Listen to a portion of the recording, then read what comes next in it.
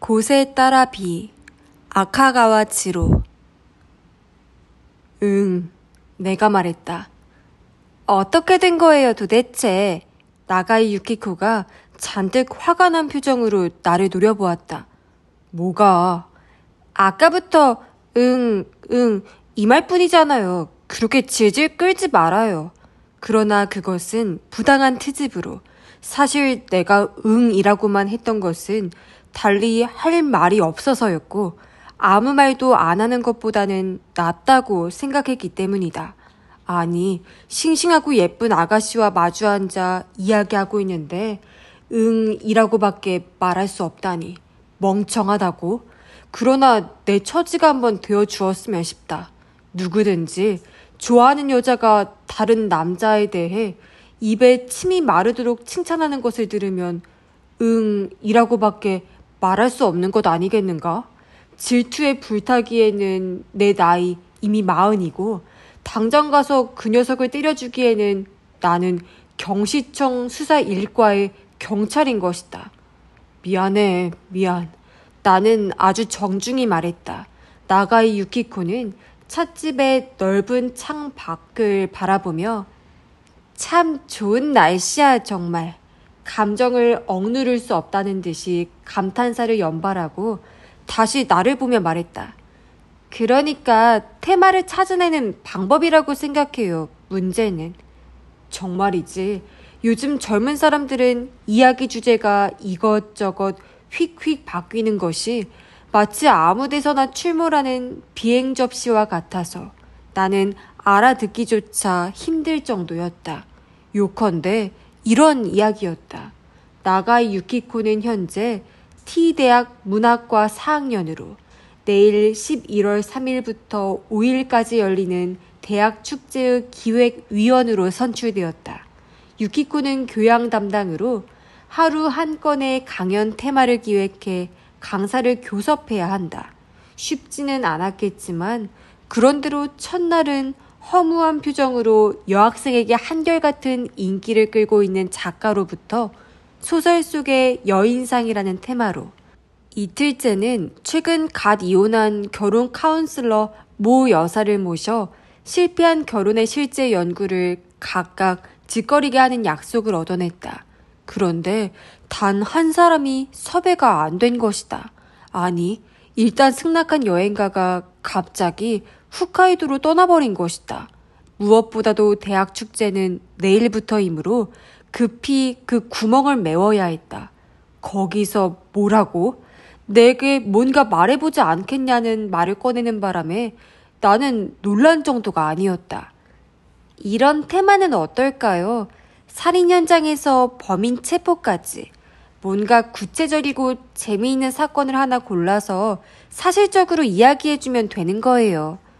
이봐, 좀 기다려봐. 다른 테마라면 당신이 이야기할 만한 것은 노인 문제 정도일까? 이봐, 난 약간 무안해져서 말했다. 넌 지금 내가 승낙한다고 믿고 덤비고 있는 거야? 어머, 그럼요. 날 사랑하고 있잖아요. 그건 그저. 나는 입을 다물어버렸다. 40이 된 남자가 갑자기 그런 말을 들으면 어떻게 대답할 수가 있단 말인가. 그럼 허락하시는 거죠? 아이쿠. 이제 안심했어요. 날짜는 11월 5일, 시간은 오후 1시부터 1시간이에요. 1시간이나? 걱정 마세요. 단 60분이잖아요. 아, 그리고 강연료에 관한 이야기인데 난 처음으로 귀를 쫑긋 세웠다. 강연료라. 그건 생각지도 않았는데. 사실은요. 유키코는 좀 어렵다는 듯이 말을 이었다. 이틀째 카운슬러인 모 여사가 굉장히 억척스러운 여자예요. 이쪽에서 말한 액수로는 승낙을 도무지 안 하는 거예요. 다른 곳에서도 그날 요청이 있으니 그쪽으로 하겠습니다. 하고 말하는 거 아니겠어요? 그래서 황급히 그러면 2배로 드리겠습니다. 라고 해버렸어요. 그러니 예산은 결정이 되어 있고 나는 희망이라는 이름의 장미가 참혹하게 시들어가는 것을 지그시 보고 있었다. 괜찮아. 너를 위해서라면 무료로 봉사하지. 나는 무리를 했다. 그렇게 나오리라고 예상했어요. 내 애인이니까. 왠지 필요할 때만 애인 취급받는 느낌이야. 유키코는 혀를 살짝 내밀어 보였다. 그 개구쟁이 같은 모습이 무척이나 귀여웠다. 나같이 딱딱한 경찰을 홀딱 반하게 한 것은 그런 애교스러운 점이었다. 그러나 이 아가씨가 일단 어려운 사건을 앞에 두면 여자 셜록 홈즈로 변신, 내 간을 빼놓을 듯 뛰어난 추리력을 발휘하기 때문에 사람은 겉만 봐서는 모르는 법이다. 그러면 너무 죄송스러우니까 유키코는 커피를 홀짝 마시며 말했다. 우리 이렇게 해요. 5일의 축제가 끝나면 당신을 우리 집에 초대할게요. 정말이야? 내 가슴이 마구 뛰었다. 나는 문자 그대로 애인이었고 틈나는 주말에 잠시 여행이나 하는 사이로 유키코가 살고 있는 곳도 몰랐다. 그녀는 양친을 사고로 잃고 혼자 살고 있다고 들었으나 그녀가 사는 곳이 연립주택인지 멋진 맨션인지조차 전혀 듣지 못했던 것이다. 낡은 집인데 실망하지 마세요. 괜찮아. 지금이라도 가자. 안 돼요. 유키코는 나를 노려보며 말했다. 강연료는 강연이 끝나고 나서예요. 알았어. 나는 한숨을 쉬었다. 그런데 뭘 이야기하지? 사람 앞에서 이야기하는 것은 내 전공이 아니라. 유키코는 입구 쪽을 보고 활짝 얼굴을 펴고 말했다. 봐요. 저 사람이 좀 전에 얘기한 가와시마 교수님이에요. 교수님. 돌아보니 역시 젊은 여대생에게 인기 있을 법한 30대 중반의 젊은 남자가 매력적인 미소를 띠며 이쪽 테이블로 다가오고 있었다. 아까부터 유키코가 입이 닳도록 칭찬하고 있던 것은 이 가와시마라는 문학과의 조교수였다. 키가 컸고 잘 재봉된 양복은 몸에 딱 맞았다. 제법 긴 머리를 깨끗이 빗고 햇볕에 알맞게 그을린 단정하고 긴 얼굴은 지적인 품위가 있어 보였다. 분명히 좋은 가문의 자식임에 틀림없었다. 안녕 나가이 양. 선생님, 이쪽은 5일 강연을 맡아주실 운호 경찰관이세요. 안녕하세요. 폐를 끼치게 되었군요. 가와시마는 정중히 인사하고 유키코 옆자리에 앉았다. 유키코가 유쾌하게 웃으며 말했다. 교수님, 죄송합니다만 저쪽 의자로 좀 옮겨주시겠어요? 뭐? 이 사람이 무척 질투가 심해서요. 나는 빨갛게 얼굴이 달아 아니요, 그럴 리가 하고 외쳤으나 가와시마는 웃으며 자리를 옮기고 말했다. 아니, 눈치가 없어서 제가. 나가이 양에게는 저도 반했어요. 식사에 초대한 적이 있지만 저는 경찰청에 근무하는 애인이 있어서요. 라고 첫마디에 거절당했어요. 나는 웃으며 이마에 식은땀을 닦았지만 속으로는 아주 기분이 좋았다. 이런 식의 안 입고 온 남자는 평소 제일 싫어하는 타입이었지만 이 친구는 그다지 나쁜 사람 같지 않다는 생각이 들었다. 넥타이 핀에 빗쥐가 박혀있고 손에는 외국인같이 금속으로 장식한 반지를 끼고 있는데도 밥맛으로 보이지 않은 것은 이상한 일이었다. 나는 축제 준비위의 고문이라는 가와시마와 함께 강연의 내용에 대해 협의하기 시작했다. 내가 흥미로운 사건을 몇 개 선별한 뒤 내일 다시 한번 유키코를 만나 그중 어느 것으로 할 것인지 결정하기로 했다. 그리고 요즘의 학생 문화 등에 대해 잡담하고 있을 때였다. 몹시 당황해하며 가게로 뛰어들어온 청년이 있었다. 어머, 교수님, 나카노 군이네요. 유키코가 알아보고 외치자 가와시마가 불렀다. 정말이군. 무슨 일일까? 이봐 나카노 군, 이쪽이야. 가와시마는 나에게 제 연구실에 있는 조교입니다. 라고 설명을 했다. 나가노라고 불린 청년은 급히 뛰어와 숨을 한번 들이마시고 말했다. 다행이에요. 찾고 있었습니다, 교수님. 왜 그러는 거야? 큰일 났어요. 와주세요. 뭐가? 부탁한 책 말인가? 아니요. 실은 아오키 군이. 아오키 군이? 어떻게 됐단 말인가? 저 죽은 것 같습니다. 그렇게 갑자기 죽었다라는 말이 나와서 우리 세 명은 서로 잘못 들은 게 아닌가 하고 마주보고만 있었다. 뭐? 죽었다고? 가와시마가 되물었다. 나카노는 머리를 긁적이며 말했다. 네, 아마. 아마? 도대체 뭐라고 말하고 있는 거야? 아니, 그게 꽤나 묘해요. 그렇게 묘한 일이. 가와시마 교수님, 내가 이야기 도중에 끼어들었다. 아무래도 제 영역인 것 같습니다.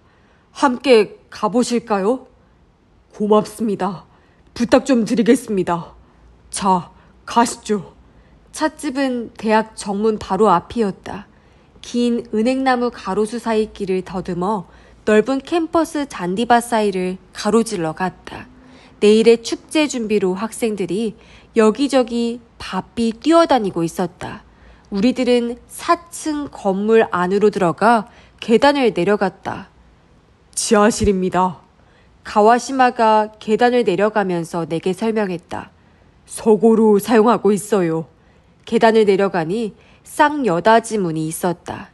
나카노가 문을 열며 말했다. 계단 밑이에요. 그는 길을 비켜섰다. 안은 제법 어두컴컴하고 먼지 냄새가 났다. 키가 큰 책장들이 좁은 간격으로 줄지어 서 있고 두꺼운 책들이 꽉꽉 들어차 있었다. 저기에요. 유키코는 아주 차분한 목소리로 말했다. 말소리가 크게 울려서 들려왔다. 들어온 문 바로 옆에 밑으로 바로 내려가는 가파른 계단이 있었다.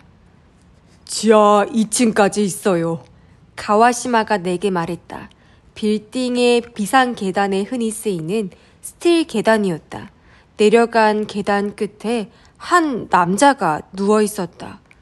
의사는? 내가 나카노를 향해 말했다. 아니요. 죽었다고 생각해서. 자네가 의사인가? 빨리 불러와.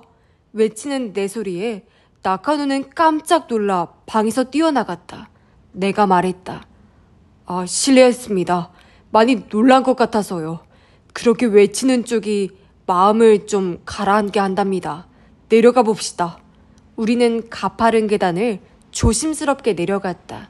쓰러져 있는 사람의 키는 컸으며 30살 안팎으로 보였다. 나는 몸을 굽혀 맥을 짚고 가슴에 귀를 대어 보았다. 확실히 죽었습니다. 죽은 지는 얼마 안 된 것 같습니다만. 이게 무슨 일이야? 안 됐어요. 좋은 사람이었는데. 유키코가 중얼거렸다. 어떤 사람입니까? 그게 내 조수예요. 책벌레라 이 서구에 틀어박혀 있는 것이 좋다고 했어요. 우수한 학자가 될 사람이었습니다만. 가와시마는 창백해진 얼굴로 고개를 가로저었다. 저 떨어진 걸까요? 유키코가 계단 위를 올려다보면서 말했다. 어쩌면 그럴 거야. 나는 고개를 끄덕였다. 가파른 계단이야. 발이 미끄러졌나 봐. 내가 보기에는 목뼈가 부러진 것 같아. 안경이 떨어져 있어요. 시체에서 1m 정도 떨어진 장소에 부서진 렌즈 조각들과 함께 안경이 떨어져 있었다. 이 사람 것입니까? 네, 아오키 군의 것이라 생각합니다. 가와시마는 수긍하면서 말했다. 위로 올라가서 말씀 나눠도 괜찮겠습니까? 이런 일은 처음이라. 그러시겠네요. 좋으실 대로 하시죠.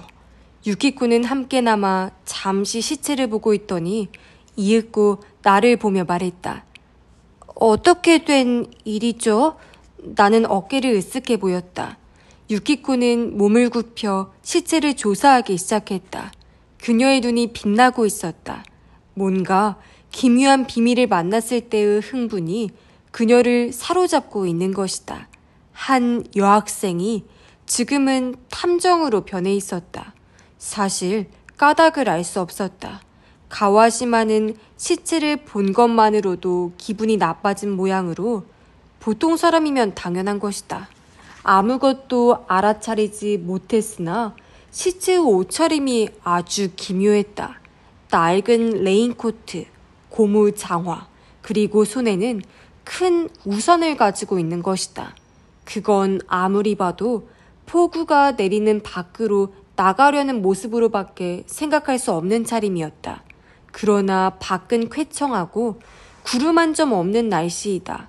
아침부터 보슬비 한 방울 내리지 않았는데 도대체 이 차림새는 무엇 때문이었을까? 이상하네. 확실히 사고일까요? 그건 알 수 없어. 그러나 살인이라 밝혀지지 않는 한 사고라고 생각할 수밖에 없지. 그래도 이 스타일 어떻게 생각해요? 그건 나도 이상하다고 생각해. 하지만 그렇다고 해서 살인으로는 연결이 안 돼. 아니면 이 친구가 사람들에게 원한산 일이라도 있던가? 아니요. 유키코는 씁쓸한 얼굴로 말했다. 이렇게 아무에게도 미움받지 않은 사람도 없을 거예요. 공부벌레, 책벌레로 다른 일에는 흥미가 없었어요. 아마 축제가 있다는 것도 몰랐을걸요.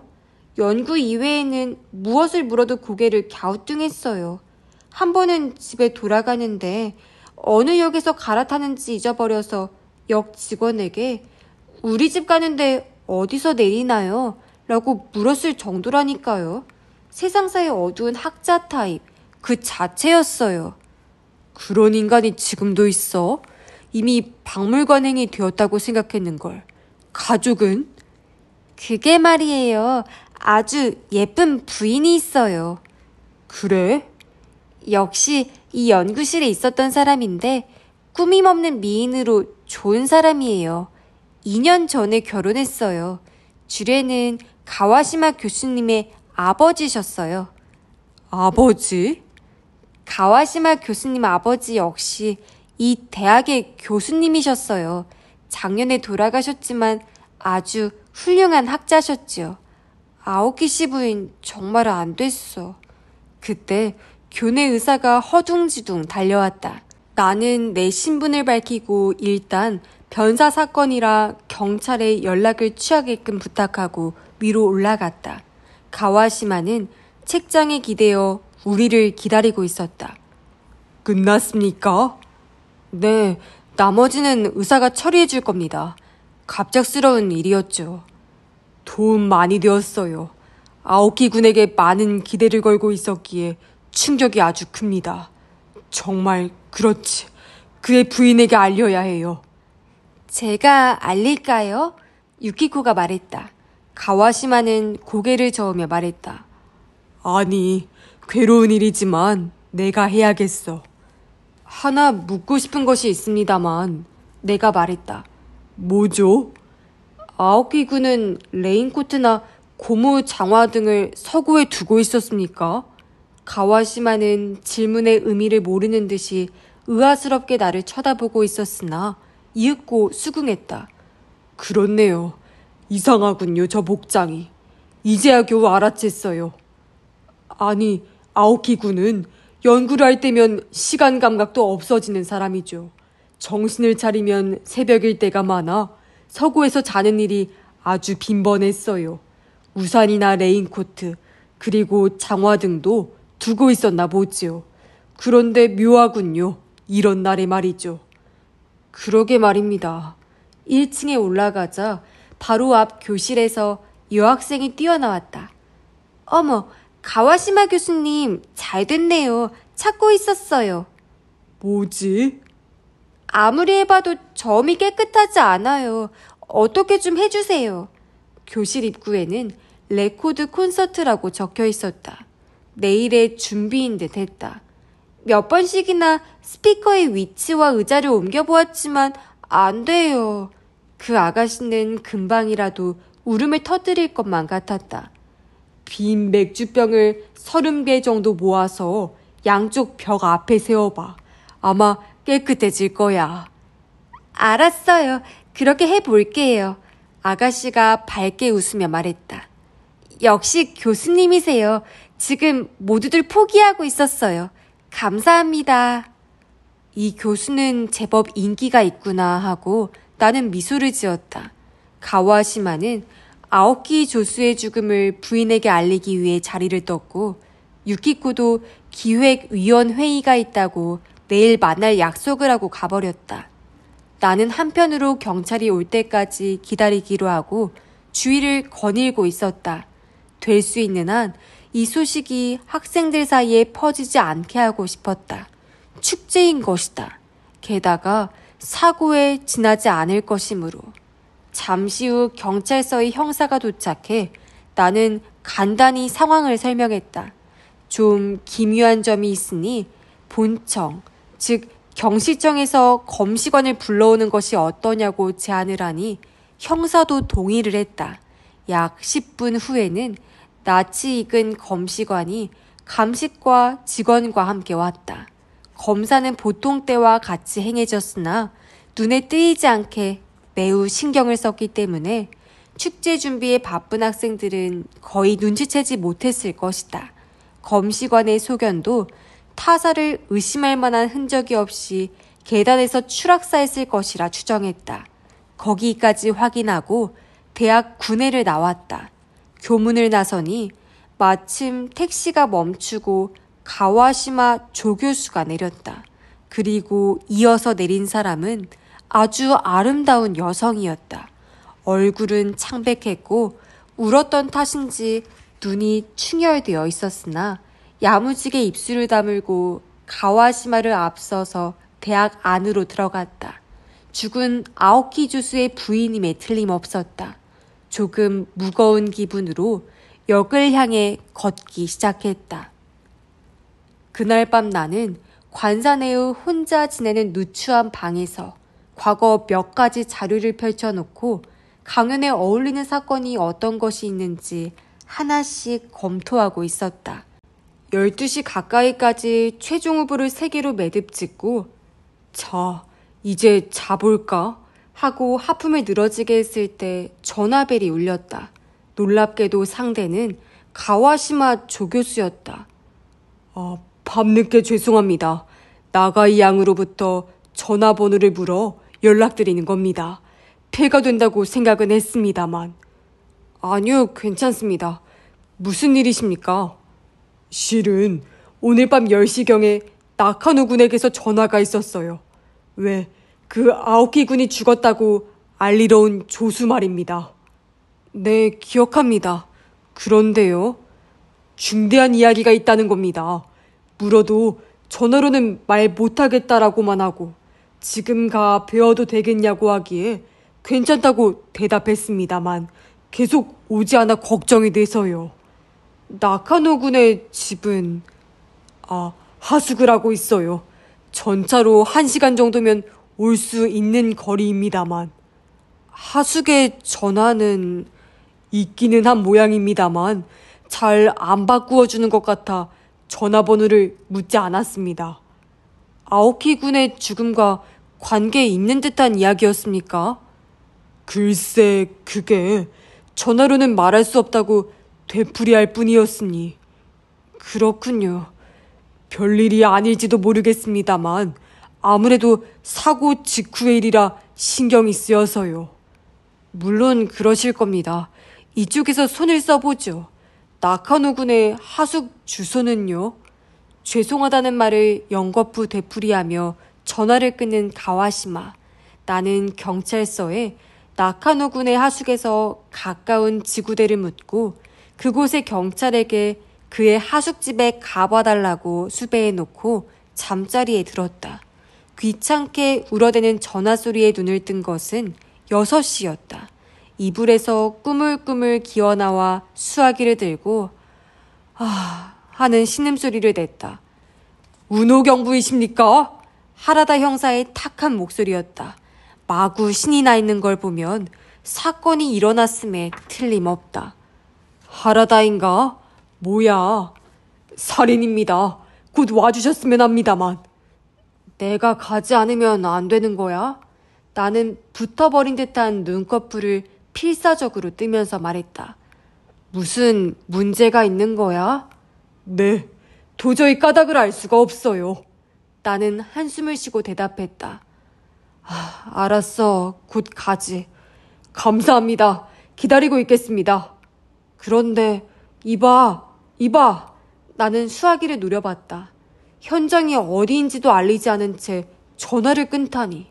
본서에 물어보고 나서야 현장이 스기나미의 가미쿠사의 한 모퉁이라는 걸 알았다. 7시경 11월의 아침은 쌀쌀한 추위가 맴돌고 있었다.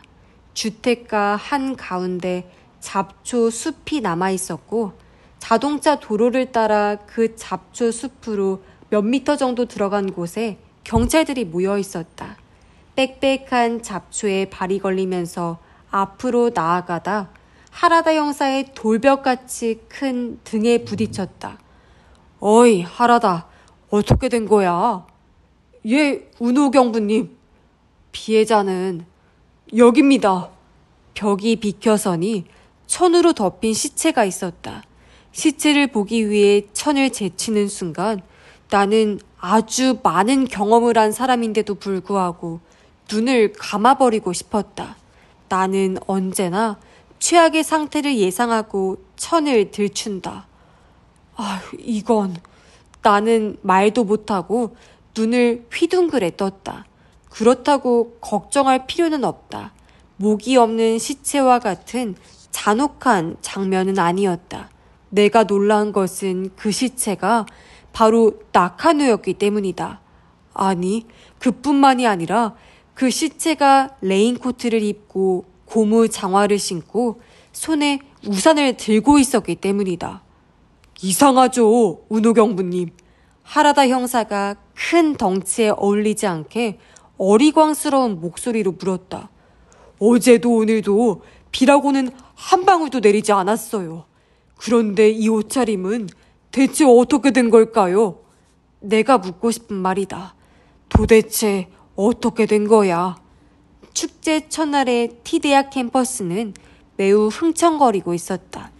이곳저곳에 텐트를 쳐서 상점을 설치하고 양지 바른 잔디에 앉아있는 학생들은 어묵, 야끼소바 등을 먹으며 이야기에 여념이 없었다.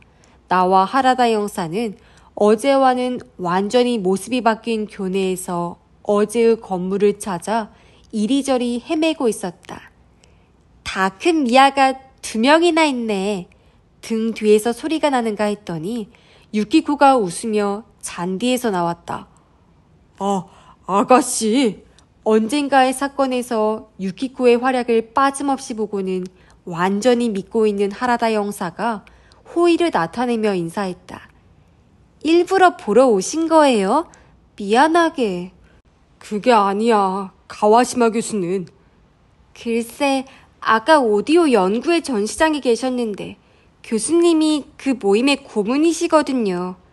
안내해 주겠어? 좋아요. 사건이에요? 그래. 유키코는 좀 긴장한 표정을 지었다. 걸어가면서 나는 나카노 군이 살해당한 이야기를 해주었다. 흉기는요? 가까이에 피 묻은 돌이 있었어. 후두부를 강타당한 모양이야. 사망 추정 시간은요? 11시 전후? 레인코트나 우산 등은 나카노 것이었어요? 맞아.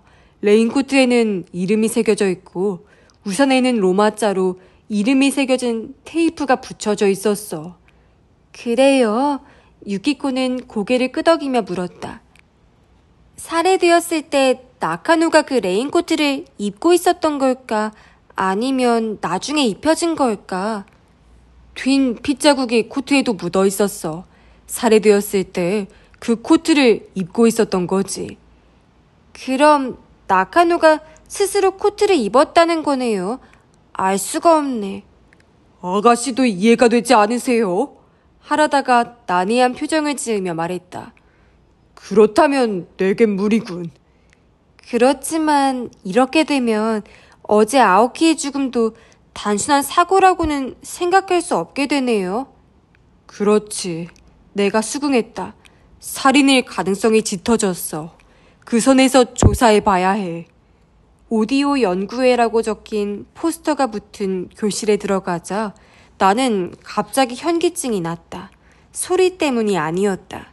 진동이 몸에까지 전해져 비틀거렸고 쭉 늘어서 있는 거대한 스피커에서 울려나오는 소리에 교실에서 금방이라도 튕겨나갈 것만 같았다. 나는 하라다에게 뭐라고 말을 했다. 아니, 말했다고 생각했지만 말을 해도 아무 소리도 들리지 않기에 말할 자신이 생기지 않았다. 들었을 리는 없으나 내 입모양을 보고 하라다도 입을 뻐끔거렸다. 큰 군붕어가 호흡 곤란을 당한 것처럼. 나는 헤드폰을 끼고 있는 가와시마를 발견하고 옆에 다가가 어깨를 두드렸다. 가와시마는 내 얼굴을 보자 고개를 끄덕이며 밖으로 나가자고 손짓을 했다. 팬터마임이 끝난 것은 건물 입구에 있는 홀로 나가고 나서였다. 아휴, 정말 굉장한 소리네요. 나는 머리를 절레절레 흔들며 말했다. 괜찮으십니까? 가와시마는 웃으며 말했다. 전날이라 분위기를 잡으려고요. 그건 그렇고 어젯밤은 실례가 많았습니다. 오늘 아침 어떻게 되었나 싶어 전화를 드렸더니 출타 중이시라고. 뭔가 알아내셨습니까? 실은 일이 커졌어요. 나카노 군이 살해당했습니다. 멍에 있는 가와시마에게 나는 대강의 상태를 설명했다. 아주 이상한 일이군요. 그러게 말입니다. 현장은 나카노 군의 하숙과 교수님 댁의 중간 지점쯤입니다. 아마 집으로 가는 도중에 살해된 것 같습니다. 어찌된 일이지? 두 사람이나. 그래서 당연히 어제 일어난 아오키 군의 죽음도 살인이 아닐까 하는 의문이 생겼습니다. 그렇겠네요. 그러나 두 사람 모두 다른 사람에게 원한을 살 만한 사람이 정말 아니었는데. 나카노 군은 아오키 군의 죽음에 대해 뭔가 알고 있었던 것 같아요. 그래서 범인에게 당한 거고요.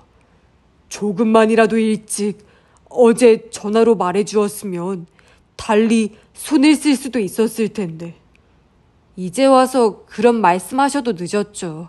일단 저희는 아오키 군이 살해되었다는 전제하에 조사를 진행할 예정입니다. 그리고 아오키 군의 부인을 만나보고 싶습니다만. 가와시마는 수첩 한 장을 찢어 아오키의 주소와 전화번호를 메모해 내게 건네주었다. 하루라도 빨리 해결되기를 빌겠습니다. 그는 다시 차분함을 되찾고 말했다. 나는 일단 어젯밤 사건에 대한 조서를 써야 했으므로 저녁 무렵에라도 경찰서로 나와달라는 부탁을 하고 가와시마와 헤어졌다. 젊은데 야무진 사람이군요. 스타일리스트야. 그게 뭡니까? 하라다 형사가 귀를 바짝 세우며 물었다. 뭐 패션 모델 같은 겁니까? 그냥 그런 거야. 나는 말을 흘려버렸다. 진지하게 받아주면 한도 끝도 없기 때문이었다. 유키코가 잠시 발을 멈추고 말했다. 여기에요. 잠시 들르실래요? 어디? 당신이 강연할 곳이에요. 나는 완전히 잊어버리고 있었다. 그런데 이런 사건이 생겨서 말이야. 아무래도 시간을 못 낼 것 같은데. 내가 머리를 긁적이며 말했다. 안 돼요. 유키코는 딱 잘라 말했다. 나를 창피 줄 생각이에요? 내가 이 프로그램 펑크를 낸 책임으로 목을 매달아도 괜찮다는 거예요? 알았어. 어떻게든 해보지. 나는 황급히 변명했다. 그럼 잠시 안을 들여다볼까? 그곳은 본 건물과는 떨어진 벽돌색의 2층 건물로 유리로 장식된 반은 도서관인 곳이었다. 나머지 반이 300명 수용이 가능한 계단식 강의실로 여기서 강연을 하게 되는 것이다. 아직 오전이라 안에는 아무도 없었다. 이렇게 넓은 곳에서 잘할 수 있을까? 나는 입구에서 안을 들여다보며 말했다. 자신이 없는데. 마이크 사용하실 거 아니에요? 하라다는 동떨어진 말을 했다. 당연하지. 내가 이렇게 많은 사람 앞에서 말하는 건 처음이니까 걱정된다는 거야. 그렇구나. 하라다는 제법 심각하게 생각하더니 갑자기 활짝 웃으며 말했다. 그래도 괜찮아요, 운우경부님. 가득 차리라고는 장담 못하잖아요. 텅텅 비어 셀 수 있을 정도일지도 몰라요. 그러면 괜찮겠지요? 나는 감사의 표시를 담아 하라다를 차갑게 노려봤다. 고마워. 한번 연습해보는 게 어때요? 아직 뭘 말할지 결정도 안 했는데. 강연 내용 연습이 아니라 강단에 서는 연습이요. 아니, 이봐. 나는 탤런트가 아니야. 아니죠. 등장하는 모습이 멋지냐 아니냐에 따라서 청중의 마음을 사로잡느냐 마느냐가 결정되죠. 자, 저쪽 문에서 마이크 앞까지 걸어봐요. 빙글빙글 웃으며 구경하고 있는 하라다를 뒤로하고 나는 유키코가 시키는 대로 마지못해 강단으로 올라갔다. 이렇게 하면 돼? 그렇게 쿵쾅쿵쾅 발소리를 내야만 해요. 그렇게 크게 들리나? 발굽이 붙어있는 것 같아요. 나는 발소리를 죽여 다시 한번 교단에 올랐다. 이번엔 어때? 도둑도 아니면서 그렇게 살금거리지 않아도 돼요. 좀 더 시원하게, 성큼성큼. 어렵구만. 머리를 아래 위로 끄덕거리지 말고. 그래요. 그대로 자연스럽게 이쪽을 봐요. 아니, 정면을 향하지 말고 조금 비스듬히요. 그래요. 좀 더 얼굴 들고. 계단식이니까 모두 당신을 내려다보고 있는 거예요. 시선은 조금 위로. 천장까지 보면 안 돼요. 좀 더 내리고. 그대로 따라하면서 곧 자, 숨을 멈춰요. 움직이지 말고. 라며 엑스레이를 찍지는 않을까 하는 생각이 들었다. 그럼 내일 또 연습해요. 유키코는 어린아이를 가르치는 발레 선생님처럼 말했다. 남편이 살해됐다고요? 아오키 조수의 부인. 지금은 미망인이 되어 검은색 원피스로 자그마한 몸을 감싼 아오키 하루코는 멍한 상태로 중얼거렸다. 지금 말씀드린 대로 댁의 남편과 같은 연구실에 있었던 나카노 군이 남편이 돌아가셨을 때와 똑같은 복장으로 살해되어 아오키 씨의 경우도 혹시 누군가가 계단에서 밀어뜨린 것은 아닌가 하고 생각되었던 겁니다. 아니면 남편께서 그런 복장을 하고 계셨던 것에 무슨 짐작이라도. 아니요, 이상하네요. 생각해보니 여태껏 그건 신경도 안 쓰고 있었어요. 누군가 남편을 증오하고 있었던 사람은 없었습니까? 아니요. 아오키 하루코는 잔잔한 미소를 지으며 말했다. 그 사람은 전혀 세상사에 관심이 없는 분이었으니까요. 그렇다더군요. 최근 누군가와 싸운 일은? 연구 문제로 다른 사람들과 늘 언쟁을 하고는 있었습니다만 그 이외에는. 아오키 하루코는 당혹한 얼굴로 고개를 저었다. 몇 가지 질문을 더하고 나는 하라다와 함께 그녀 곁을 떴다. 전혀 단서가 없군요. 하라다가 투덜거렸다. 학문적인 논쟁으로 살해당할 리는 없고요. 그건 알 수가 없지. 저런 부류의 사람은 셰익스피어가 각기병인지 아닌지도 중대한 사건이 되는 거야. 그런 겁니까? 게다가 그 외의 동기가 될 만한 것이 있지 않은가? 뭐라고요? 그의 부인 말일세. 제법 미인이잖아. 그건 훌륭한 세속적 동기가 되지. 나는 그렇게 말하고 하라다를 앞서갔다. 저녁 무렵 6시가 되자 벌써 어두워졌다. 캠퍼스에서 그때까지도 행사가 진행되고 있고 몇몇 건물에 학생들이 들락거리고 있었다. 이곳저곳을 헤매어 겨우 유키코를 찾아 학생 식당에서 커피를 마셨다. 아오키 씨의 부인을 둘러싸고 다툼은 없었나? 나도 그쪽으로 생각해봤는데 그 사람과 개인적으로 친하질 않아서요. 그건 그렇군. 이쪽에서도 소문을 수집하고 있으니까 뭔가 잡힐지도 몰라. 나카노 사건은 뭔가 알아냈어요? 아니, 아직이야. 범인은 아마 나카노가 하숙에서 나오는 걸 보고 뒤를 미행한 것 같아. 다른 하숙생들에게 물어봤지만 아무것도 밝혀진 게 없어. 그렇군요. 어쨌든 그 우비장비의 비밀만 알아내도. 이런 사건은 너한테 잘 어울린다고 생각하는데. 추켜 세우지 마요. 그녀는 웃으며 노려보았다. 얼마 안 있어 100일아에 드러낼 테니 기다려. 기대할게요. 아, 그건 그렇고 이야깃거리는 결정됐어요? 일단 3개 정도 골라놨는데 다시 생각해보니 내키지를 않아. 뭐예요 지금 와서. 하지만 그렇잖아. 이 학교 사람이 2명이나 변사해 그것도 해결 못했는데 어려운 사건을 깔끔하게 해결했다고 큰소리 칠 수는 없지. 그것도 그러네요. 유키코는 로댕을 생각하는 사람 같은 포즈로 생각에 잠겨 있다가 이윽고 말을 꺼냈다. 걱정할 거 없어요. 왜? 강연은 모레니까 그때까지 해결하면 되죠. 쉽게 말하는군. 내가 해결해 줄게요. 큰 소리 치는군. 날 못 믿는 거예요? 유키코가 무섭게 노려보는 바람에 나는 당황해하며 말했다. 아니, 그렇진 않아. 난요, 시험 공부도 벼락치기 했을 때 성적이 좋다고요. 괴상한 자랑거리네. 그때 교내 방송에서 운호 경부님 계시면 지금 정문 앞으로 나와주시기 바랍니다. 라고 알려왔다. 뭘까? 나와 유키코는 완전히 어두워진 교내를 빠져나와 정문 쪽으로 서둘러 걸었다.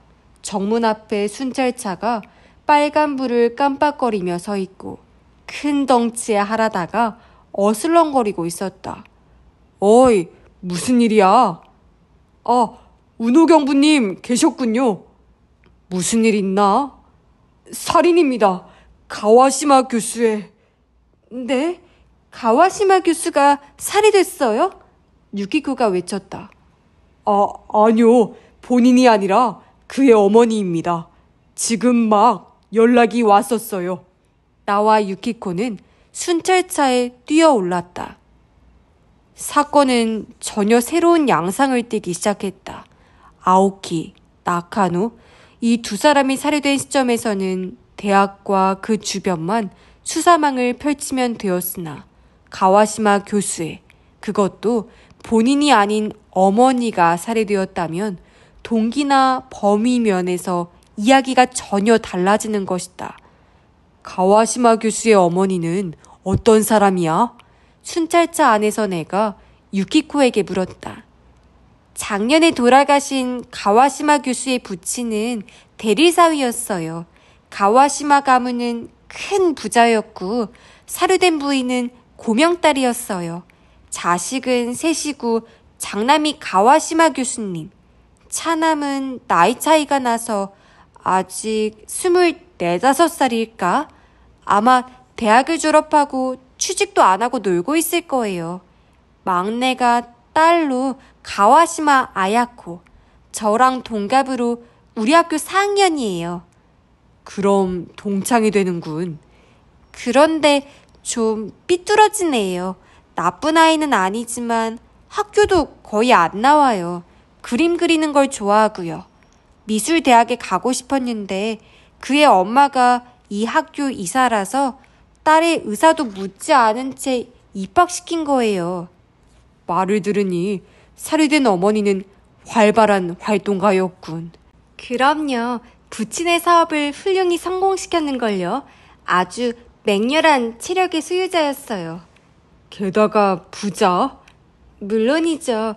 그래서 자식들은 그다지 장래 걱정 않고 유유자적한 거고요. 가와시마 교수만 열심히 해서 과보호의 그늘에서 벗어났구나. 나는 수긍을 했다. 하지만 이건 다시 큰일이네요. 지금까지의 두 죽음과 이 사건이 연관이 있는 걸까요? 뭐라 말할 순 없지만 그러나 이렇게 연달아 사건이 일어나다니 우연이라고는 생각하기가 어렵지. 그래요. 근데 그렇게 되면 가와시마 교수님은 묘한 입장이 되네요. 그렇지. 어쨌든 세 사람 모두와 관계되는 건 가와시마 교수 한 사람뿐이니. 하지만 처음 아오키가 살해되었을 때 교수님은 우리와 함께였어요. 그렇군. 그 찻집에 교수님이 들어오고 나서 적어도 30분은 지났죠. 아오키는 살해된 지 얼마 지나지 않았었어요. 기껏해야 10분 정도였어. 그렇다면 가와시마 교수는 무리겠군. 이 세 사건이 서로 연결되었다는 전제 하에서의 이야기지만요. 유키코는 생각에 잠기면서 말했다. 그러나 몇십 분 후 스기나미에 있는 호화로운 저택에 도착해 살해된 가와시마 요시코를 들여다본 우리는 싫어도 이 세 사건을 연관시킬 수밖에 없었다. 가와시마 요시코는 레인코트를 입고 장화를 신고 우산을 손에 쥐고 죽은 것이다. 물론 밖은 비가 올 기색은 없었다. 다른 점이라면 코트도 장화도 최고급 명품으로 여태까지의 둘과 같이 낡은 것이 아니라는 점이었다. 조금 졸부적인 취미가 있는 듯 장식이 화려한 가와시마의 집 거실에 나와 가와시마 교수가 마주하고 앉아 있었다. 유키코는 난로 옆에 서서 대리석 맨틀피스다. 우리의 대화에 귀를 기울이고 있었다. 바로 앞 테이블에는 고급 체리주가 놓여있어 마시고 싶어 못 견딜 지경이었으나 안 돼. 근무 중이다. 라고 속으로 외치며 자중했다. 어디에선지 음악이 흐르고 있었다. 오디오에 취미가 있어서인지 보이지 않는 곳에 스피커가 설치된 모양이었다. 큰 폐를 끼쳐드리는군요. 가와시마는 어머니의 죽음을 당하고도 아무렇지도 않은 얼굴로 체리주 병을 집어들었다. 경부님도 한잔 하시죠. 근무 중이라곤 해도 한 잔 정도는 괜찮겠죠. 옆에 앉은 하라다에게서 꼴깍 하고 침 삼키는 소리가 났다. 덩치가 크니 삼키는 침의 양도 많은가 보다. 네, 그럼 실례지만 한잔 하겠습니다. 나는 잠시 망설이다 손을 내밀었으나 글라스를 손에 든 것은 하라다 쪽이었다. 유키코가 웃음을 꾹 참고 있었다. 은은하게 흐르는 음악과 체리주, 마치 카페 같은 분위기였다. 이상하게 생각하고 계시죠, 경관님. 가와시마가 글라스를 손 안에서 흔들며 말했다. 어머니가 죽었다. 그것도 저렇게 묘한 방법으로 살해당했는데 아무렇지도 않은 얼굴로 술을 마시고 음악을 듣고 있다니. 설명해 주시겠습니까? 제 어머니는 늘 바쁘신 분으로 돈이 애정이라고 믿고 계셨습니다. 돈을 잔뜩 주면 아이들은 만족한다고요. 나쁜 어머니라고는 생각하지 않습니다만 자식들에게는 아줌마라는 느낌밖에 들지 않았어요. 일로 바빠 당일로 홋카이도와 규슈로 출장을 다녀오신 적도 있을 정도였어요. 남자도 못 당해내는 열성 경영인이었죠. 나도 장난으로 어머니를 사장님이라고 불렀을 정도예요. 그렇군요. 동생분들도 마찬가지입니까? 네, 오히려 싫어하고 있었지요. 남동생인 고지는 언제나 낮에는 자고 밤늦게까지 놀러다니고 여동생은 그림에 정신을 쏟고 있고 둘 다 자신들이 게으른 것은 어머니 탓이라고 생각하고 있어요. 가와시마 교수는 동생들을 엄중히 분석하고 있었다. 알겠습니다. 그런데 오늘 사건입니다만 대충 어머니께서 살해되신 것은 6시경이고 현장은 아시는 대로 현관입니다.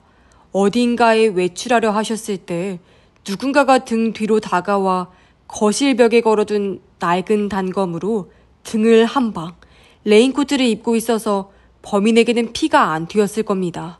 단검에 지문은 없었습니다. 대강 이런 상황입니다. 어머니께서 어디로 외출하시려 했는지 모르셨습니까? 오늘은 11월 3일 목요일이군요.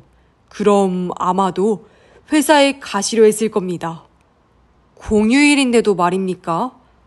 어머니는 휴일도 없었어요. 매주 목요일에는 7시 반부터 간부 회의가 있어요. 극비를 요하는 사항 등을 이야기하나 봅니다. 자세히는 저도 모르겠습니다만. 그러면 목요일은 반드시 6시 반에 나가셨다는 말이죠. 그건 모두 알고 계십니까? 네, 알고 있었어요. 매우 신뢰되는 말씀입니다만 교수님께서는 그때 어디 계셨습니까? 학교에서 돌아온 게 5시 반경입니다. 저녁 식사는 7시로 정해져 있었기 때문에 2층 방에서 음악을 듣고 있었어요. 혐의를 벗을 만한 알리바이는 아니었다. 감사합니다. 남동생을 좀 불러주시겠습니까? 알겠습니다. 그가 일어서며 말했다. 왜 그런 옷차림을 하고 있었는지 알아내셨습니까? 아니요, 전혀. 그러십니까? 가와시마가 나가자 하라다 형사가 글라스에 체리주를 비우며 말했다. 아, 맛있다. 좋은 술이군요. 특급인가? 이제 그만해. 네, 저 은우 경부님 지금 생각났습니다만. 뭔가? 나는 그다지 기대하지 않고 물었다. 비가 오지 않는데도 우비 장비를 갖추고 나가는 게 최근 유행인지 패션 잡지사에 한번 알아볼까요? 기대하지 않아 다행이었다. 문이 열리자 가정부로 보이는 20살 안팎의 아가씨가 들어왔다. 그녀는 빈 글라스를 갖고 나가려 했다. 당신이 다다 유미코 양이죠? 내가 말을 거니 그녀는 놀란 얼굴로 바들바들 떨었다. 아, 네. 그녀는 고개를 끄덕였다. 부인이 죽어있는 것을 발견한 건 당신이었고요. 네. 무서웠겠군. 네, 굉장히요. 당신은 뭐하러 현관에 나갔었죠? 그냥 지나치던 길이었어요. 이 방으로 오는 도중에요. 그렇군. 그때 혹시 누군가 이 집 사람들을 보지는 못했나요? 아니요. 아무도. 그래? 고마워요. 이제 됐습니다. 다다 유미코가 글라스가 놓인 쟁반을 들고 나가려 하자 문이 열리면서 화려한 가운을 입은 남자가 들어왔다. 얼핏 보아도 문제아인 작은 아들이라는 것을 알 수 있었다. 야위고 건강해 보이지 않은 얼굴색과 머리는 푸석푸석하고 지금 막 일어난 모양새였다. 다다 유미코가 옆으로 비켜서며 가와시마 고지를 들어가게 했으나 그때 고개 숙인 그녀의 얼굴이 살짝 붉어지는 것을 나는 놓치지 않았다. 가와시마 고지는 어머니의 죽음에 관심이 없는 듯 자기는 오늘 오전에 일어나 외출해 큰일을 했기 때문에 3시경부터 자고 있었다고 말했다. 마음에 걸리는 사람은요? 글쎄요. 그는 어깨를 움츠리며 말했다. 그 누구라 해도 감사하고 싶어요. 이제는 마음대로 쓸 수 있는 유산이 굴러 들어오니까요. 나는 한 대 치고 싶은 충동을 진정시키느라 애먹었다. 그 외에 묻고 싶은 건 없죠? 그럼 가서 자겠어요. 가와시마 고지가 휙 가버리자 하라다가 내뱉듯이 말했다.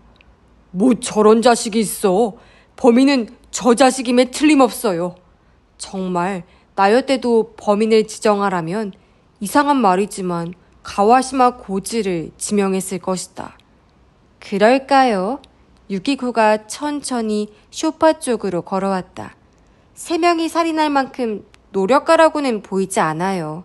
잠자면서 어머니가 언젠가 교통사고라도 당해 죽어주길 바랄 정도죠. 그럴까? 넌 가정부가 저 자식을 보는 시선이 다르다는 걸 느꼈어? 내 눈을 어떻게 보는 거예요? 유키코는 보고도 남았다는 듯 말했다. 그럼 당신은 저 가정부가 임신 중인 것도 눈치챘어요? 나는 눈이 휘둥그레졌다. 정말이야? 쟁반을 내려놓으려고 몸을 숙일 때 무의식적으로 배를 감싸고 있었어요. 저 자식 더욱더 용서할 수가 없어. 하라다가 홍조 띈 얼굴로 벌떡 일어섰다. 자자 진정해. 이젠 이 집 딸을 좀 만나봐야겠어. 우리가 아틀리에로 가는 게 좋을 거예요. 어딘데? 2층 구석이에요. 제가 안내할게요. 카펫이 빈틈없이 깔린 복도를 지나 계단을 올라가니 한쪽 구석에 좀 괴상한 문이 보였다. 가까이에서 보니 벽에 그려진 문 그림이었다. 이게 뭐야 하고 웃었는데 유키코가 그 그림 문을 밀었다. 그것은 진짜 문이었다. 안은 제법 넓었다. 한 10여 평 정도?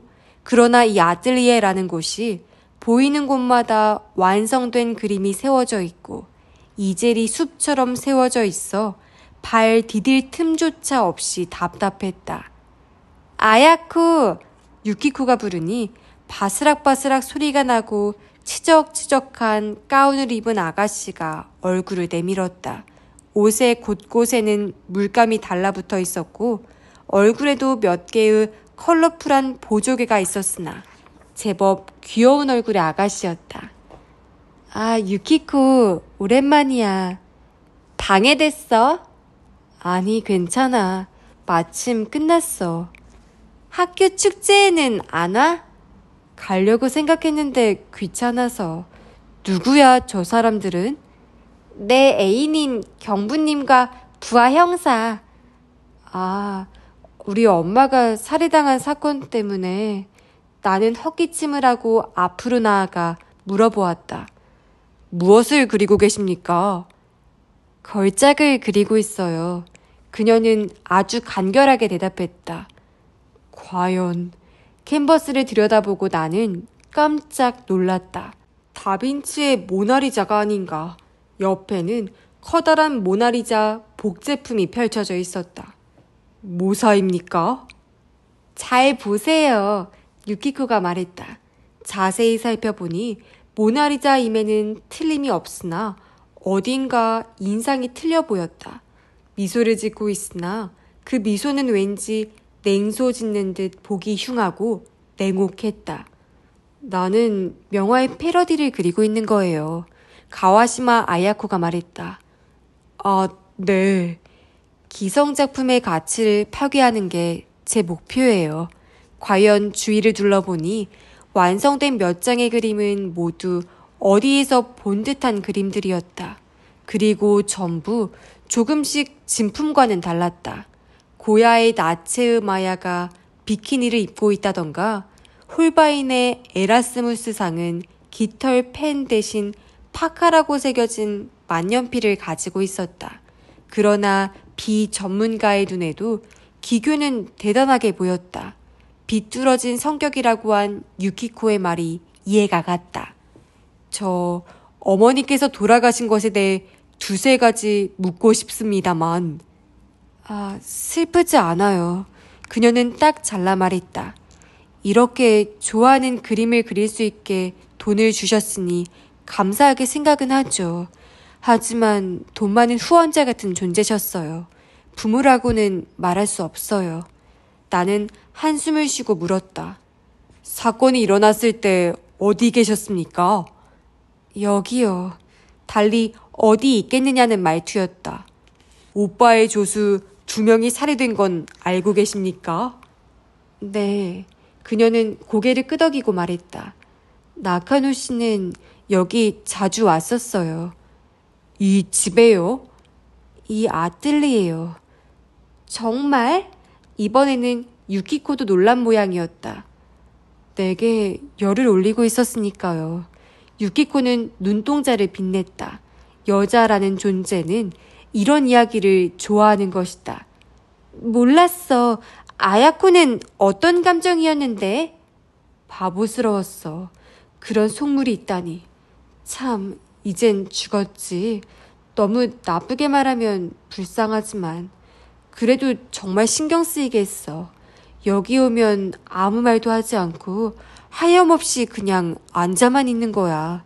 나카노가 그랬구나. 유키코는 다시 입을 열었다. 어제 나카노가 여기 올 거라는 건 알았어? 아니, 가와시마 아야코는 세 명의 죽음 그 어느 쪽에도 큰 관심을 갖고 있지 않은 모양이었다. 우리는 아틀리에를 나왔다. 내가 하라다에게 말했다. 정석대로 순서를 밟아 나가는 것이 좋을 것 같아. 세 형제 중 돈 때문에 곤란을 겪고 있었던 사람은 없는지, 교우 관계는 어땠는지. 알겠습니다. 가와시마의 집을 나오니 벌써 9시가 지난 시각이었다. 그런데 골치 아픈걸? 나는 유키코와 어슬렁어슬렁거리면서 말했다. 모레 강연은 어쩌지? 아까 결정했잖아요.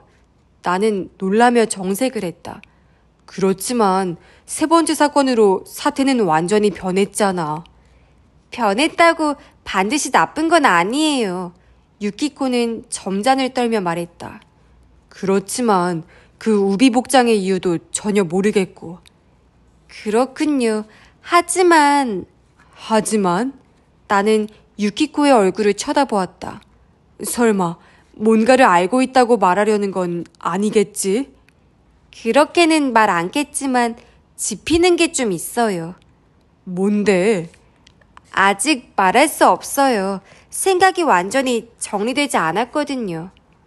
네 성격에 비해 겸손한 말투인걸? 어머, 비꼬지 마요. 유키코는 웃으며 다시 걷기 시작했지만 갑자기 묘한 표정으로 바뀌더니 배를 감쌌다. 왜 그러는 거야? 나는 아까 가정부의 일이 생각나 정신이 번쩍 들었다. 아니, 혹시 생긴 거 아니야? 나의. 지금 무슨 말을 하는 거예요? 유키코가 어이없다는 얼굴로 말했다. 지금 몇 시인지는 알아요? 배가 고파서 속이 거북한 거예요. 사일은 정보를 찾으러 다니느라 그냥 지나가 버렸다. 조그만 단서도 못 잡고 경찰청에 돌아오니 내일 강연권으로 이야기가 있으니 학교로 와달라는 유키코의 메모가 기다리고 있었다. 저녁 노을이 깔린 캠퍼스에 발을 들여놓은 나는 처음 아오키 조수가 살해된 지하 서구로 갔다. 어쩐지 유키코가 거기에서 기다리고 있을 것 같아서였다. 문을 열자 발 밑에서 소리가 났다. 이쪽이에요. 지하 2층으로 내려가는 계단 밑에서 유키코가 미소 지으며 올려다보고 있었다. 도대체 이런 곳에서. 내 말에 유키코가 대답했다. 손님이 오실 거예요. 손님이라고? 자, 내려와요. 손님이 오기 전에 강연 내용을 정리해요. 나는 발 밑을 조심하면서 계단을 내려가 가까이에 있는 상자에 걸터 앉은 후 내일 이야기할 예정인 사건을 상세히 설명했다. 좀 자극이 모자라는 것 같은데요? 유키코는 생각에 잠기며 말했다. 처참한 현장 사진 슬라이드를 사용하면 아니 이봐 여학생도 많을 텐데 모두가 너같이 실체에 익숙하지 않다고. 그렇죠. 남학생이 기절하면 곤란하지. 유키코는 심각하게 말하더니 한술 더 떴다. 그러면 좀 부풀려서 피를 뿌리든지 해서 이야기를 근사하게 해줘요. 아이쿠, 비디오 세대이기 때문일까? 실제로 그런 피바다라는 것은 전혀 있을 수가 없는 일이다. 자, 그만하면 됐어. 시간이나 잘 지켜요. 알고 있어. 펑크 내면 절교지. 그거야말로 피바다예요. 죽을 줄 알아요. 라는 말투도 유키코가 말하니 왠지 박력 있게 들렸다.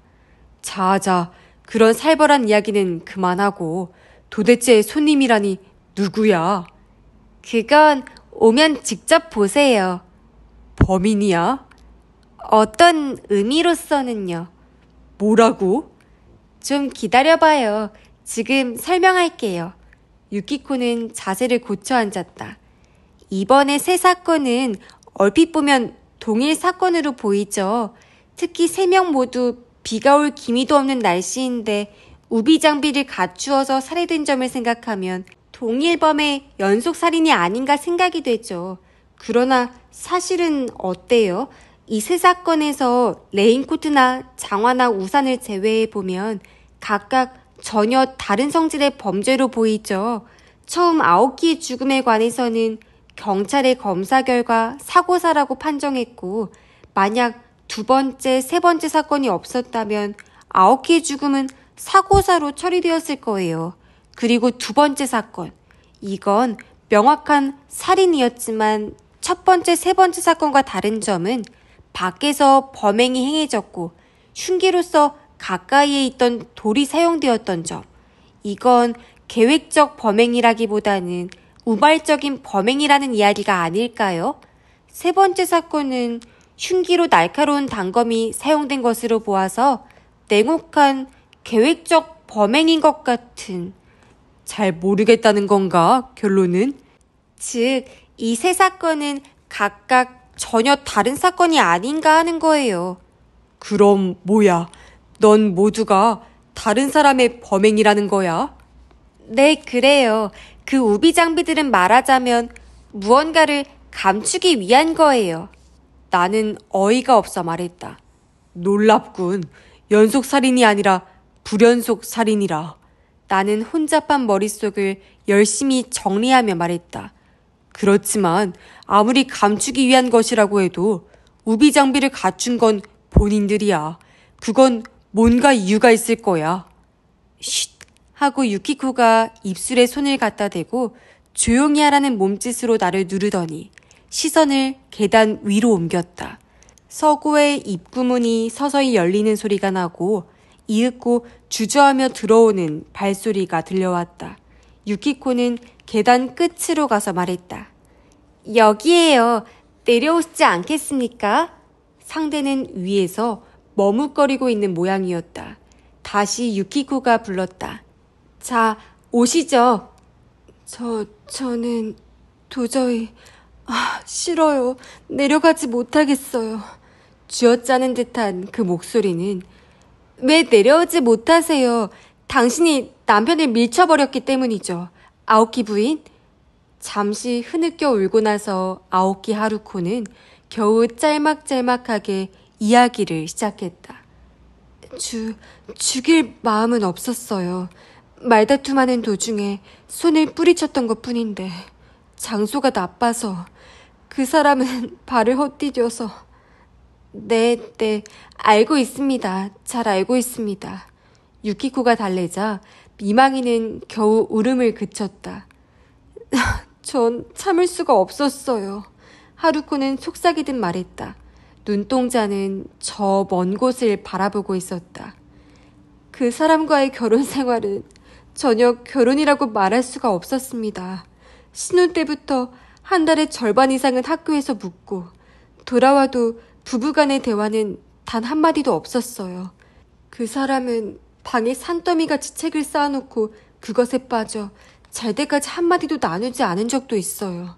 그 사람의 그런 면에 반한 건 사실입니다. 하지만 살아보니 점점 고독해져서 견디기가 힘들었어요. 그저께는 우리 결혼기념일이라 빨리 들어오라고 부탁했어요. 그렇지만 분명히 잊어버릴 거다 싶어 전화를 했더니 새 책이 잔뜩 도착해서 학교에서 묵으며 대강 훑어보고 오겠다는 겁니다. 나는 화가 치밀어 학교로 달려왔어요. 그 사람과 서고 입구에서 만나 말다툼이 시작되었고 그래서 미망이는 얼굴을 숙였다. 알겠습니다. 유키코는 부드럽게 등을 두드려주며 말했다. 당신의 이야기가 모두 사실이라고 믿겠어요. 그렇죠? 유키코는 나를 보았다. 나는 당황해하며 대답했다. 네, 물론 믿습니다. 어쨌든 경찰서에 가서 상세하게 상황을 말씀하셔요. 네, 그럴 작정이었어요. 나는 하라다 형사에게 전화를 걸어 학교까지 순찰차를 보내도록 했다. 아오키 하루쿠를 태운 순찰차가 떠나는 것을 보고 나와 유키코는 캠퍼스 잔디를 걸으며 말했다.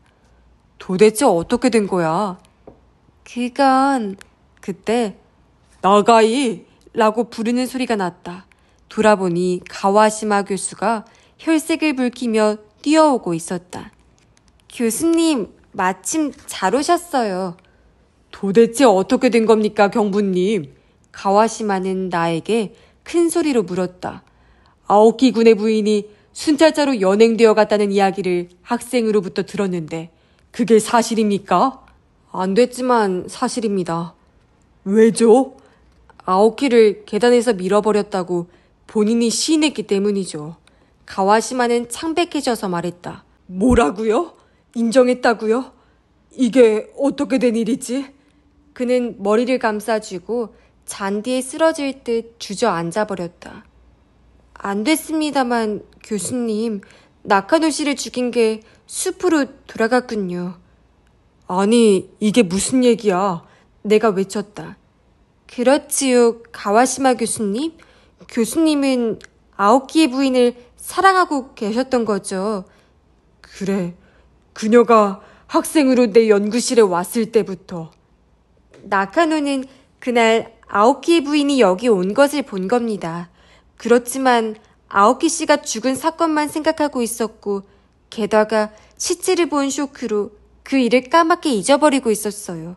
그런데 교수님은 하루코로부터 진상을 듣고 입만 다물고 있으면 사고사로 처리된다고 그녀를 설득하셨겠죠. 나카노는 사고 소식을 듣고 온 하루코를 보자 그 사건 당일 하루코를 본 기억이 되살아났던 겁니다. 별일은 아니라고 생각하면서도 신경 쓰인 나카노는 교수님에게 의논하고자 전화로 그 일을 이야기한 겁니다. 어떻게 해서든지 하루쿠를 지키려 한 교수님은 나카노를 죽이려는 마음을 먹었던 거죠. 네 말대로야. 나카노로부터 전화가 온 것은 좀 더 빠른 시간이었을 겁니다.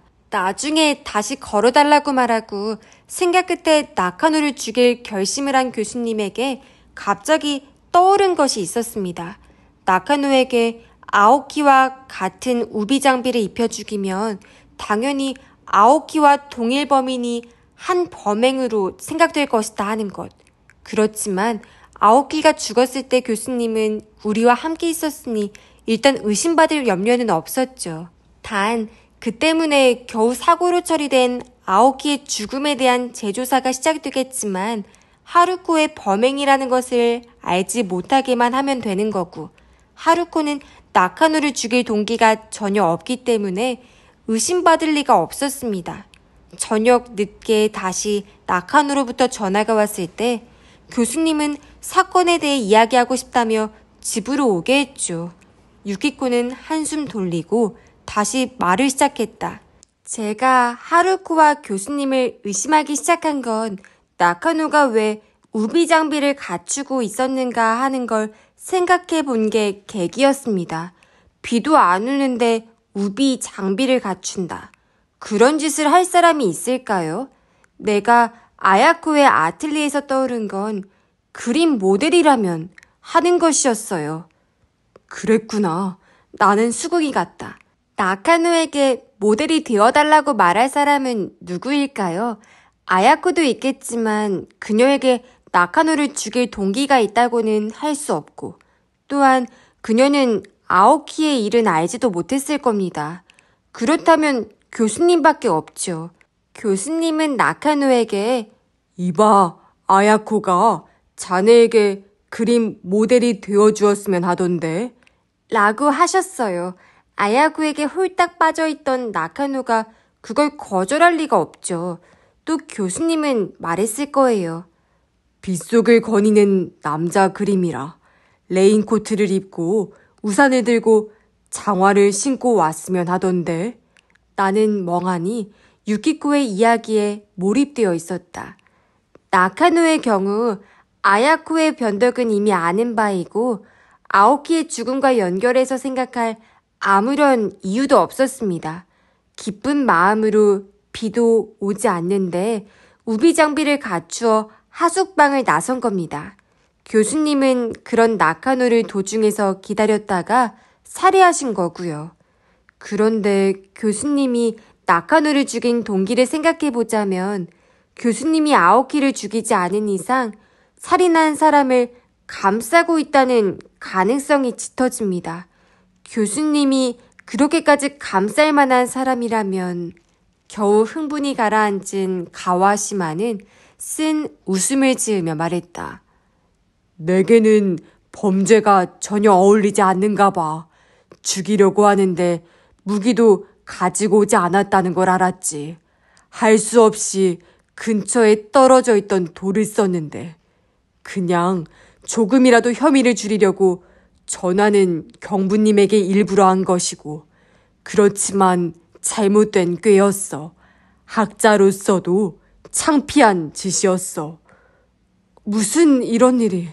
나는 다시 순찰차가 떠나는 것을 보면서 말했다. 이게 뭐야.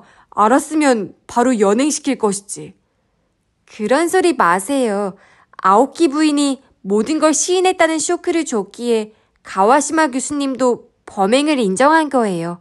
증거다운 증거가 없었잖아요. 그건 그렇지만 그런데 이렇게 되면 세 번째 사건은 어떻게 되는 거야? 좀 조사해줘야 할 게 있어요. 뭐야 아침부터.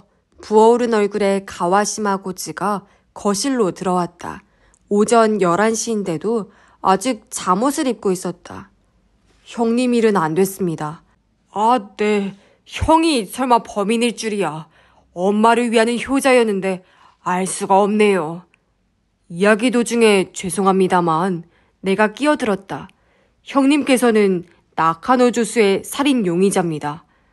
아, 같은 거 아닙니까? 엄마를 죽인 것도 형님이 틀림없어요. 그럴까요? 그런데 당신은 도박을 좋아하시나 보지요? 무슨 얘기입니까? 고지의 얼굴이 굳어졌다. 조사한 바에 따르면 경마 등으로 많은 돈을 잃으신 모양이더군요. 어머니 회사 경리부에 학교 때의 친구가 있는 것을 이용해 둘이서 회사 돈을 빼돌려 도박을 하고 있었죠. 거짓말이요. 3일에 있는 매주 정례회의에서 그 일이 들통날 것만 같아 당신은 초조했어요. 그래서 당신은 어머니를 죽이려 결심하고 거짓말, 증거가 있어? 고지가 화를 내며 외쳤다.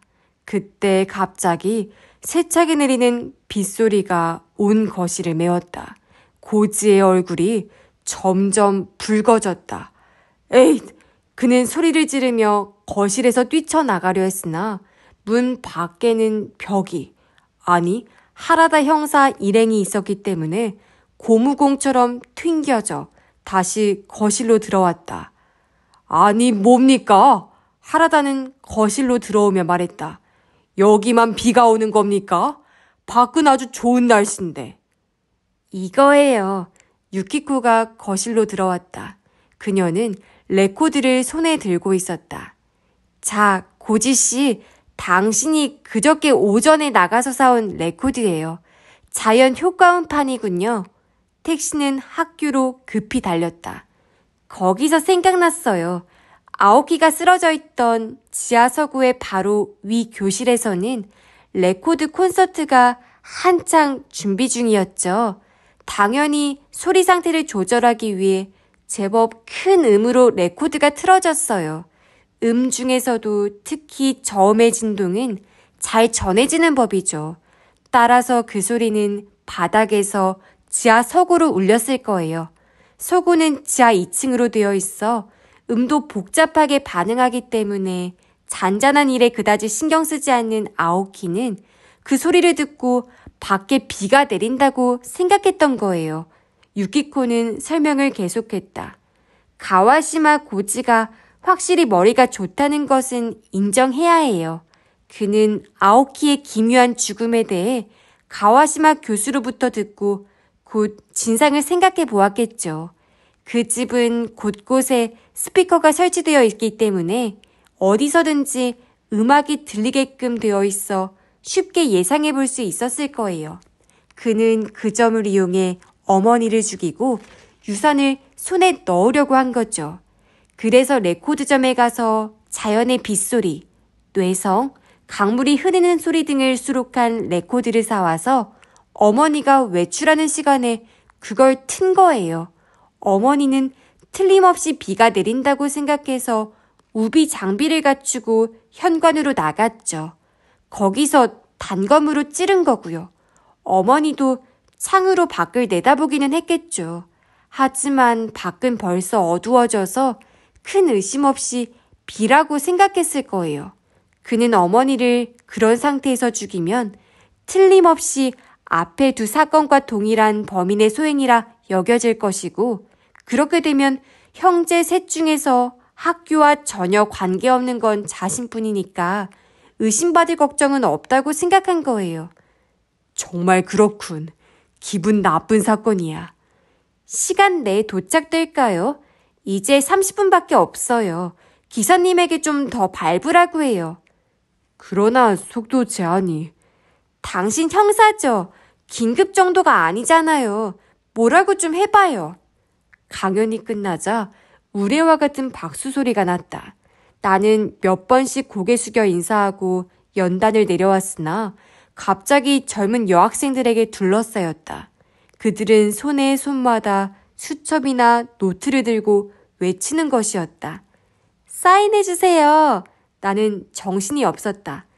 야성적이고 멋있어요. 콜룸보보다 괜찮은데요? 책은 내시지 않으셨어요? 그러나 이런 등등의 말을 들으니 그다지 나쁜 기분은 아니었다. 차례차례 수첩에 사인을 해주는 동안 입이 다물어지질 않았다. 아직 독신인 거 사실이에요? 그럼 저랑 결혼해주세요. 농담까지 하는 학생도 있어 나는 허허 하고 웃고만 있을 뿐이었다. 갑자기 나의 얼굴은 공포로 얼어붙었다. 지금까지 본 적이 없는 것이 보였던 것이다. 유키코가 좀 떨어진 곳에서 눈썹을 치켜 세우고 눈꼬리까지 올려 금방이라도 무서운 이빨을 드러낼 여자 흡혈귀 같은 형상으로 이쪽을 보고 있었다. 그러더니 갑자기 등을 휙 돌려 출구 쪽으로 쓱쓱 걸어나가는 것이었다. 어이, 기다려. 나는 여학생들의 벽을 헤치고 유키코의 뒤를 따라갔다. 겨우 그녀를 붙잡은 것은 잔디밭에서였다. 어이, 기다려줘. 몰라요. 유키코는 재빨리 걸어갔다. 나는 필사적으로 걸으며 말했다. 화내지 않아도 되잖아. 사인 좀 해준 것뿐이야. 어머, 자기가 어떤 얼굴이었다고 생각해요? 그 허허하며 늘어진 얼굴. 이제 보는 것조차 싫어요. 저리 가요. 에이, 그런 말 하지 말고 좋아하는 거 사줄게. 여행도 데리고 가고. 그러니까 화 좀 풀어. 정말? 유키코는 걸음을 멈추고 되묻듯이 내 얼굴을 보았다. 나는 필사적으로 고개를 끄덕거렸다. 그럼 좋아. 그 대신 뭐? 여기서 키스해줘요. 여기서? 나는 학생들이 가득한 주위를 둘러보았다. 그런데 이렇게 많은, 게다가 경범죄 위반이야. 아, 그래요? 그럼 안녕. 저 잠시 기다려. 알았어. 나는 힘껏 유키코를 끌어안고 열렬한 키스를 했다. 주위에서는 탄성이 일고 휘파람 소리가 나고 이윽고 박수 소리가 났다. 내 얼굴에서는 불이 난 것만 같았다. 겨우 정신을 차려 주위를 둘러보니 손으로 얼굴을 가리고 그 사이로 쳐다보고 있는 하라다의 모습이 보였다. 잔디에 앉아 잠시 동안 차가운 바람을 쐬고 있으니 이마에 땀이 식어갔다. 아야쿠 씨, 안 됐어. 내가 말했다. 한 번에 어머니와 두 형제를 잃어버렸어. 그렇지만 가와시마 교수님은 동정의 여지도 있고 게다가 그녀도 힘을 잃지 않을 거예요. 아까 헤어질 때 이제부터는 학교에 나오겠다고 했어요. 아마 이제부터는 정상적인 명화를 그리게 되겠죠. 나도 힘이 되어줄 거예요. 그게 좋겠어. 참, 지금 생각나는데. 뭘? 강연료 대신 네 집에 데려가 주기로 했었지? 아, 그랬지. 그런데 아까 애들에게 둘러싸여 콧대 높이고 있었던 벌로 이번에는 연기. 무정하네. 그렇지만 여행이라면 같이 가줄 수도 있어요. 그래? 내가 신이 나서 말했다. 그럼 연말에 어디라도 갈까? 비용은 그쪽에서 가지고 올 거죠? 응? 글쎄, 보너스가 있으니. 힘없는 목소리인걸? 그녀는 웃으며 말했다. 유럽으로 가자는 소리는 안 해요. 아이고, 친절도 하셔라. 그렇지만 좀 걱정되는데. 뭐가요? 너랑 여행하면 또 무슨 사건에 부딪힐 것만 같은 예감이 들어. 그래요. 사건이 일어난 곳에 가는 게 아니라 사건이 나를 필요로 하는 거예요. 그게 명탐정이라는 거죠. 유키코는 큰 소리쳤다.